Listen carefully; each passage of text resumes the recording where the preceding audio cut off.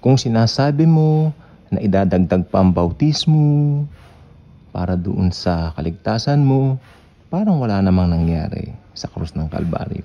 Kung sinasabi mo na maglilimos ka doon sa pulubi na nakita mo sa Avenida, o kaya sa Moraita, o kaya dito sa kahabaan ng Espanya Boulevard, maglilimos ka doon sa mga settlers, dito sa mga, di ba? Marami dito sa atin sa Manila, dito po sa, nakadami po yung mga settlers.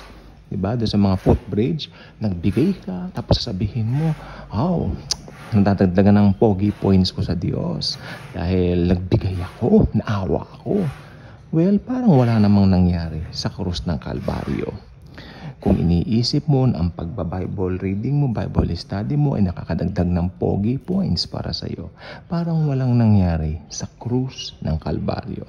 At higit sa lahat, kung iniisip mo na ang kabaitan mo, okay, o ang pagpapakita mo ng magandang ugali sa buong balana o sa buong mundo, sabihin na natin popular ka bilang isang mabait na tao, parang walang nangyari sa krus ng Kalbaryo. Tandaan niyo, may isang insidente sa buhay ng Panginoong Hesukristo.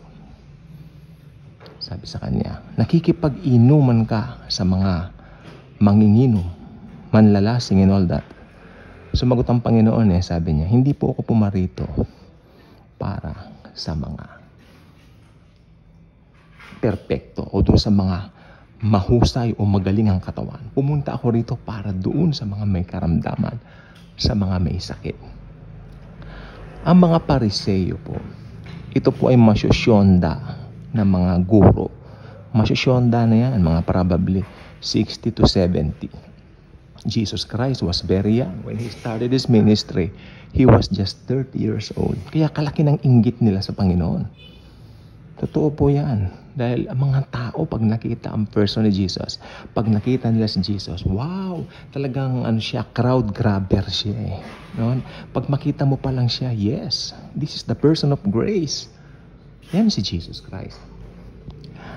Ang mabubuting gawa po ay masasabi natin na lilitaw at lalabas ng kusa pag naborn again ang isang tao.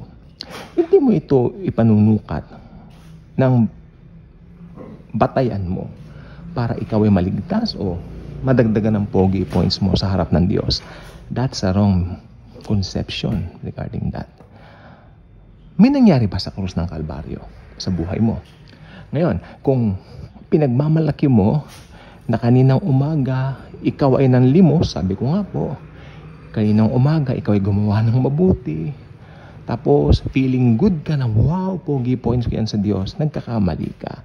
Lahat ng mabubuting gawa po natin parang basahan lang sa harap ng Diyos. Okay? So ilan pong gusto kong i-share. May nangyari ba sa buhay mo? Or should I say, may epekto ba yung nangyari sa krus ng Kalbaryo sa buhay mo? I will leave you that question. Jesus truly loves us all.